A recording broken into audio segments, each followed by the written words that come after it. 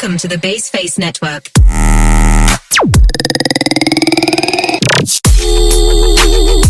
Assalamualaikum warahmatullahi wabarakatuh. Perkenalkan, nama saya Muhammad Idul Raniko dengan NIM 1213068 dari Prodi Teknik Kelautan Institut Teknologi Sumatera, dan teman saya. Nama saya Filia Sara dengan NIM 121300060 dari Teknik Kelautan Institut Teknologi Sumatera. Nah, di sini kita akan menjelaskan materi geoteknik dengan judul materi soil bearing capacity atau daya dukung tanah. Nah, sebelum kita masuk ke materi, apa sih geoteknik itu? Bisa dijelaskan? Geoteknik adalah cabang ilmu teknik sipil yang mempelajari perilaku tanah dan batuan di bawah pengaruh beban atau kondisi lingkungan tertentu. Ini melibatkan pemahaman tentang sifat fisik, mekanik, dan hidrolik dari material geoteknik untuk menerapkan prinsip-prinsip ini dalam perancangan dan konstruksi infrastruktur. Nah, jadi geoteknik itu adalah untuk suatu ilmu teknik sipil yang digunakan untuk merancang suatu fondasi. Lalu ada manfaat-manfaat yang kita peroleh dari mempelajari ilmu geoteknik itu, salah satunya yaitu ada perancangan fondasi pada suatu bangunan. Jadi kita bisa menentukan rancangan fondasi dari suatu bangunan dengan cara menghitung daya dukung tanah tersebut atau sifat-sifat dari tanah tersebut. Lalu kita juga dapat mempelajari tentang cara pencegahan erosi terhadap suatu perairan atau tepi pantai. Nah, di situ kita dapat memperkirakan dan cara mencegah erosi tersebut. Lalu geoteknik juga bisa untuk mendesain suatu infrastruktur pelindung pantai atau struktur lainnya yang berada di tepi pantai dengan menghitung dan memperkirakan daya dukung tanah, sifat-sifat tanah, dan lain-lain sebagainya agar fondasi tersebut kokoh untuk berdiri di tepi pantai tersebut. Nah, setelah itu masih banyak lagi manfaat-manfaat yang kita pelajari dalam geoteknik, mempelajari ilmu geoteknik ini. Oke, langsung saja kita masuk ke materi pertama, yaitu soil bearing capacity atau daya dukung tanah. Saksikan dan simak baik-baik. Klik follow lalu subscribe untuk menyaksikan materi-materi selanjutnya. Oke, langsung saja, cekidot.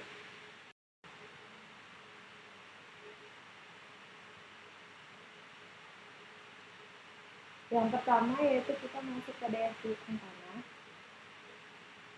Jadi daya dukung yang pertama yaitu daya dukung terfaktor atau Q ultimate adalah kemampuan tanah dalam mendukung beban atau beban maksimum pada batas runtuh tanah. Terus yang kedua yaitu daya dukung tanah atau QU adalah kemampuan tanah dalam mendukung beban atau beban maksimum yang diizinkan bekerja pada tanah di atas fondasi. Jadi perbedaan antara daya dukung terfaktor Q ultimate dengan daya dukung tanah yaitu kalau Q ultimate kemampuan tanahnya tuh menahan beban sampai batas maksimum. Sedangkan untuk QU itu hanya sampai dengan batas maksimumnya.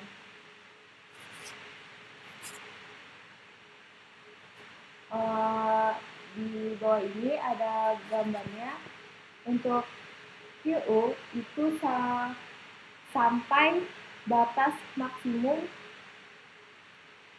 dari kemampuan tanahnya itu. Nah, sedangkan Q ultimate yaitu kira-kira hanya 2/3, tidak maksimum sampai keruntuhan tanahnya. Nah, dari keduanya yaitu dapat dirumuskan sebagai berikut. QU sama dengan Q ultimate per SF, di mana SF itu sebagai safety factornya atau angka amannya. Nah, SF itu ada dua, yaitu SF yang 3 untuk beban normal, SF2 untuk beban darurat. Selanjutnya yaitu daya dukung tanah ditentukan dan dibatasi oleh yang pertama yaitu aman terhadap runtuhnya tanah atau Q ultimate dibagi nilai safety factornya. Yang kedua yaitu aman terhadap penurunan akibat konsolidasi tanah sehingga penurunan total tidak terlalu besar. Yang selanjutnya yaitu daya dukung terfaktor yang dipengaruhi oleh yang pertama yaitu nilai parameter tanah atau gamma. Gamma itu berat volume tanah, lalu sudut gesek dalam tanah, lalu nilai kohesinya. Yang kedua, kedalaman fondasi DF. Yang ketiga, ukuran dan bentuk fondasi. Yang keempat, yaitu sifat tanah terhadap penurunan. Dan kelima, kedalaman muka air tanah. Yang selanjutnya yaitu jenis-jenis keruntuhan. Jadi menurut FASIC, yang pertama yaitu ada fase pertama. Jadi fasenya itu dibagi menjadi 3. Yang pertama, pada fase pertama itu awal penerapan beban. Jadi tanah di bawah fondasi turun diikuti oleh deformasi tanah arah lateral dan vertikal ke bawah. Lalu ketika beban yang diterapkan relatif kecil, jadi penurunan akan sebanding dengan beban yang diterapkan. Lalu tanah dalam kondisi seimbang elastis. Setelah itu massa tanah di bawah fondasi mengalami kompresi yang mengakibatkan kenaikan kuat geser tanah dan menambah kapasitas ukurannya. Untuk fase yang kedua yaitu penambahan beban selanjutnya. Jadi baji tanah terbentuk dan deformasi plastis tanah semakin nampak. Lalu dengan menambah beban, tanah mengalami pergerakan dan perubahan kedudukan dari elastis menjadi plastis. Jadi dimulai dari tepi pondasinya. Lalu yaitu gerakan tanah arah lateral menjadi semakin nyata diikuti oleh retakan lokal dan geseran tanah di sekeliling tepi pondasi. Nah, selanjutnya yaitu dalam zona plastisnya, kuat geser tanah sepenuhnya berkembang untuk menahan beban yang bekerja.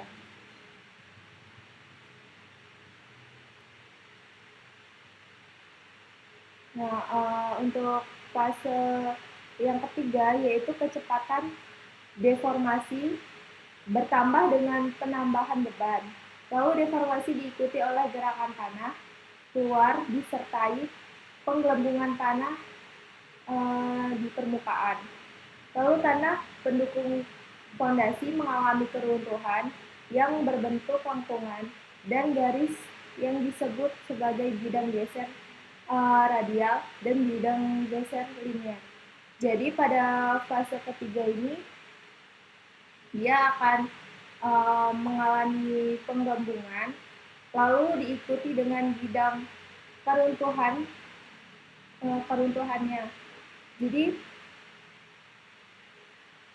pada fase ketiga ini Setelah mengalami penggelembungan, maka ia juga akan diikuti dengan keruntuhan di bidangnya. Selanjutnya yaitu jenis-jenis keruntuhan.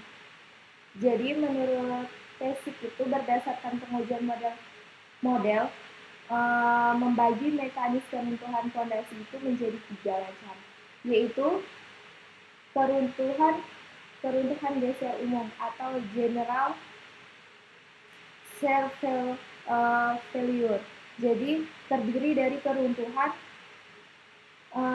dengan pola bidang atau lengkungan radian dan garis geser linear. Seperti pada gambar ini, dia itu dengan pola bidang terdapat lengkungan radian dan garis geser linearnya. Yang kedua yaitu keruntuhan geser lokal. Jadi di gambar tersebut itu keruntuhannya itu hanya terjadi di area sekitar pondasinya saja. Yang ketiga yaitu keruntuhan penetrasi. Keruntuhan di sini tuh hanya terjadi persis di bawah pondasinya saja.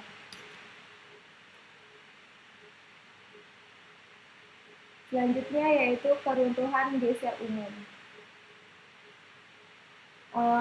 Baji tanah terbentuk tepat pada dasar pondasi di zona A yang menekan tanah ke bawah sehingga menyebabkan aliran tanah secara klasik pada zona B.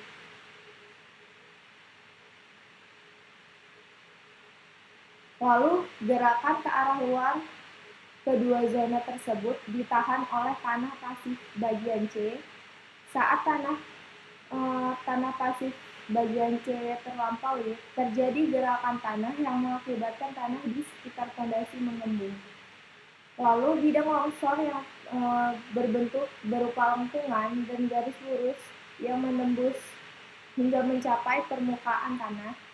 Saat keruntuhannya, terjadi gerakan massa tanah ke arah luar dan atas. Lalu keruntuhan geser umum terjadi dalam waktu yang relatif mendadak diikuti oleh tergulingnya fondasi tersebut. Terjadi pada tanah dengan kompresibilitas rendah atau padat dan kaku, seperti pasir padat atau lempung kenyal.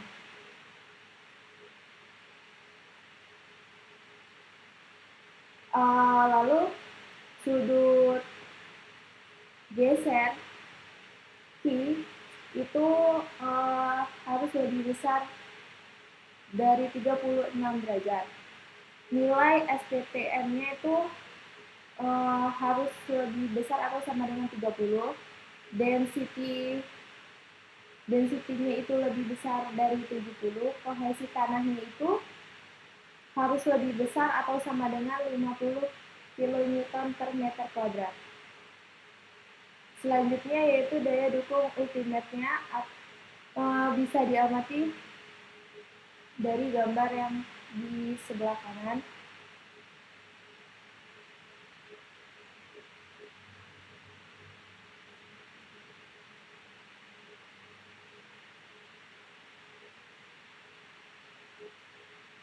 Selanjutnya yaitu keruntuhan penetrasinya. Pada keruntuhan penetrasi tidak terjadi keruntuhan geser tanah akibat bebannya. Fondasi hanya menembus dan menekan tanah ke samping yang menyebabkan tanah semakin padat di dekat fondasi. Jadi penurunan fondasi bertambah hampir secara linear dengan penambahan bebannya. Pada zona yang terbatas, tanah di sekitar tepi fondasi dan dasar menjadi padat akibat penetrasi fondasi. Penurunan yang terjadi tidak menimbulkan cukup gerakan arah lateral. Jadi yang menunjukkan kedudukan kritis keruntuhan tanahnya. Sehingga kuat dasar sehingga kuat geser ultimate tanah tidak dapat berkembang. Lalu pondasi menembus tanah ke bawah dan baju tanah terbentuk di bawah dasar pondasi hanya menyebabkan tanah mengisi. Saat keruntuhan, bidang runtuh tidak terlibat sama sekali.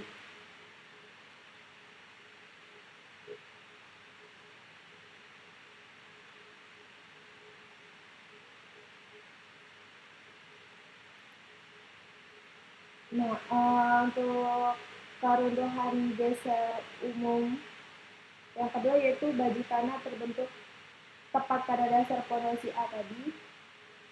Gerakan ke arah luar kedua zona tersebut ditahan oleh tanah pasif bagian C. Saat tanah pasif bagian C terlampaui, terjadi gerakan tanah yang mengakibatkan tanah di sekitar pondasi mengembung. Lalu kan bidang longsor yang terbentuk itu berupa lengkungan. Nah, garis lurus yang menembus hingga mencapai permukaan tanah saat keruntuhan terjadi gerakan massa tanah ke arah luar dan atas.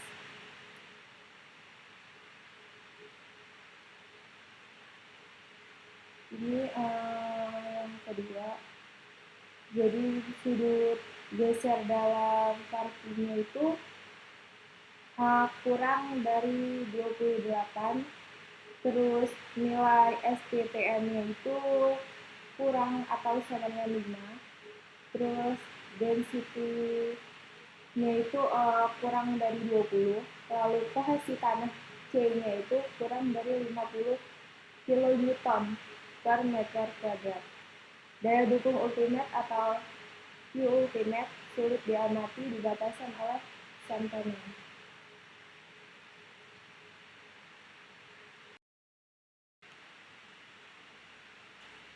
Oke, kita lanjut ke perhitungan daya dukung.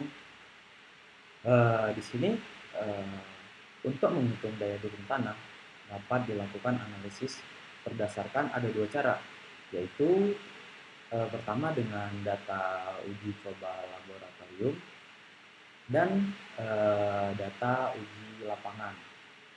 Yang meliputi yaitu data uji laboratorium antara lain. Yang pertama ada teori Terzaghi, lalu ada teori Skempton, lalu ada teori Meyerhof, lalu ada teori Briggs-Hansen, dan teori Fessig. Nah, di sini kita akan membahas teori-teori tersebut. Lalu kita juga akan membahas data uji lapangan antara lain dengan plat bearing test atau pengujian plat dengan tekanan. Lalu kita akan membahas tentang cone penetration test atau CPT atau yang kita biasa sebut juga dengan sondir. Nah, sondir ini sudah kita lakukan di praktikum praktikum di mekanika tanah 2 di lab Metan yang sudah kita lalui. Lalu ada yang terakhir standar penetration test atau bisa disebut dengan SPT. Nah, ini juga kita sudah lakukan di praktikum Geotek 2 di lab mekanika tanah ITERA. Lalu pertama kita akan coba bahas yaitu daya dukung Terzaghi. Terzaghi 1943 melakukan penurunan rumus dengan menggunakan asumsi-asumsi berikut.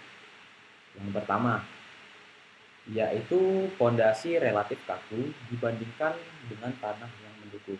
Jadi di sini pondasi relatif kaku dibandingkan dengan massa tanah yang mendukung.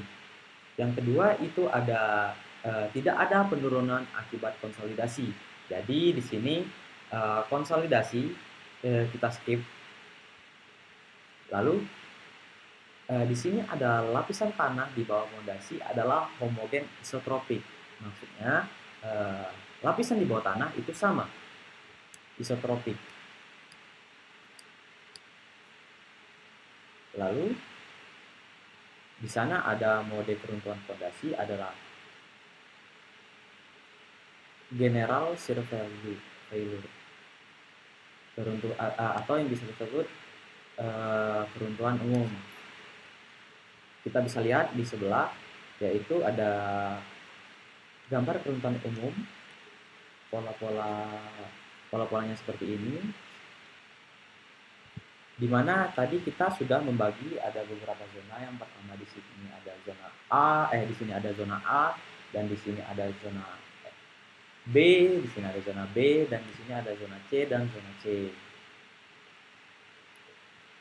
Lalu di sini kita bisa melihat juga adanya geser radial dan geser linear yang terjadi akibat pembebanan pada di atas tanah. Nah, ini ada dua pola keruntuhan tersebut. Ini yang digunakan terzagi untuk perhitungan daya dukung terzagi. Lalu yang kelima itu ada dasar pondasi kasar sehingga diasumsikan tidak ada pergerakan horizontal atau sliding antara dasar pondasi dengan tanah. Nah, lalu yang keenam itu kedalaman pondasi atau D lebih kecil atau sama dengan dimensi lebar pondasi sehingga komponen gesekan tanah di daerah sedalam D diabaikan. Jadi kedalaman kondisi D lebih kecil atau sama dengan dimensi lebar pondasi atau luas penampang sehingga komponen gesekan tanah di daerah sedalam D itu diabaikan. Lalu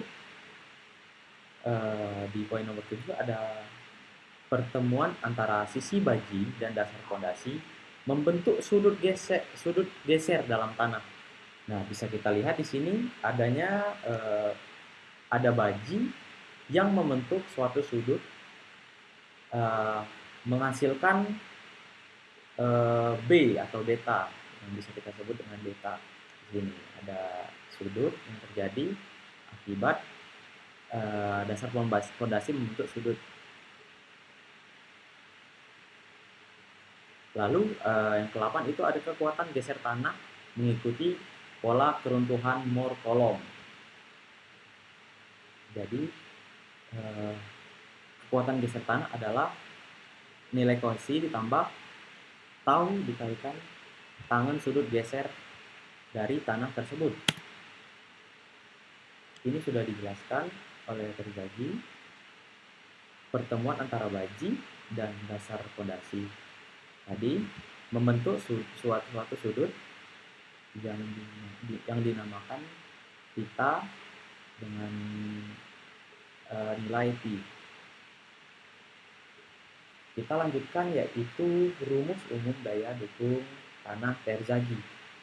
Nah, di sini untuk fondasi keruntuhan geser umum atau general shear failure kita menggunakan rumus Q ultimate sama dengan perpindahan dikalikan kohesi lalu dikalikan suatu faktor kohesi ditambahkan Q ditambahkan suatu faktor dari alfa dari pergeseran lalu ditambahkan dengan sudut tadi beta lalu dikalikan lagi dengan suatu beta dari gamma tanah lalu dikalikan dengan suatu faktor gamma. Maaf ya di sini salah penulisannya. Nah, jadi pada kali ini adalah suatu rumus yang daya dukung terzagi. Untuk keruntuhan dasar dari geser umum tadi dapat dinyatakan adalah sama dengan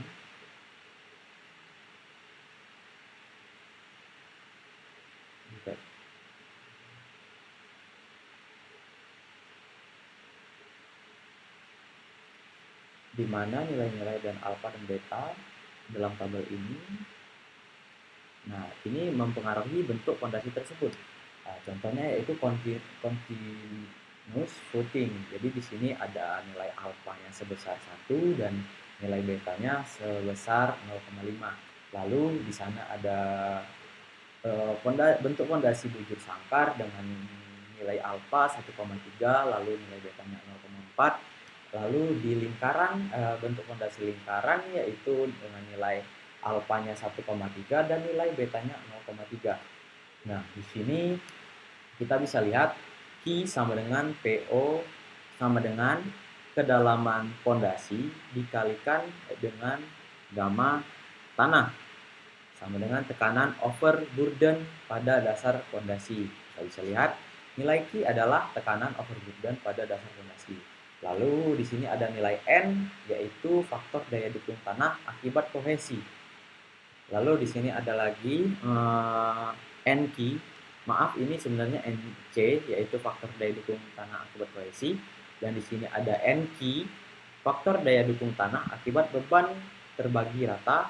Lalu yang terakhir ada N suatu faktor dari N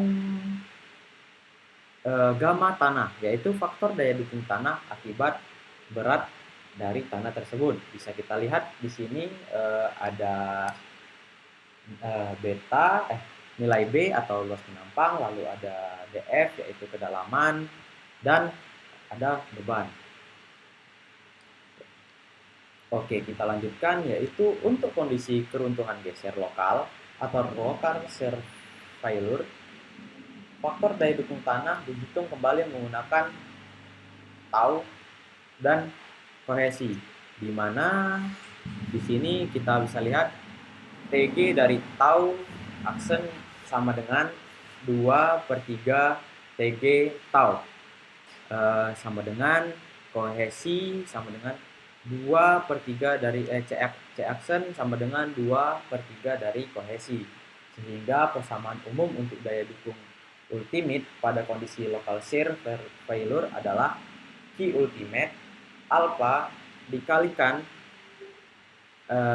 Q ultimate sama dengan alpha dikalikan kohesi dikalikan faktor yang mempengaruhi kohesi ditambah Q ditambah faktor yang mempengaruhi Q ditambah beta atau sudut yang terjadi antara bagi dan dasar fondasi tadi. Lalu ada luas penampang dikalikan gamma tanah dan suatu faktor gamma tanah. Oke, kita bisa lanjut, yaitu ini adalah tabel faktor daya dukung tanah. Diperoleh dari sudut gesek dalam tanah terhadap keruntuhan dan geser lokal. Nah, di sini jadi kita bisa lihat hubungan antara theta dengan nilai-nilai NC, NQ, dan N gamma. Kita bisa lihat di sini ada NC, N kohesi, NQ, N gamma. Nah, di sini kita bisa lihat, kita sesuaikan saja dengan tabel yang ada di sini. Jika kelipatan 5, kita menggunakan ini. Tetapi jika nilai dari taunya tidak berkelipatan 5, kita memakai yang tabel tersebut.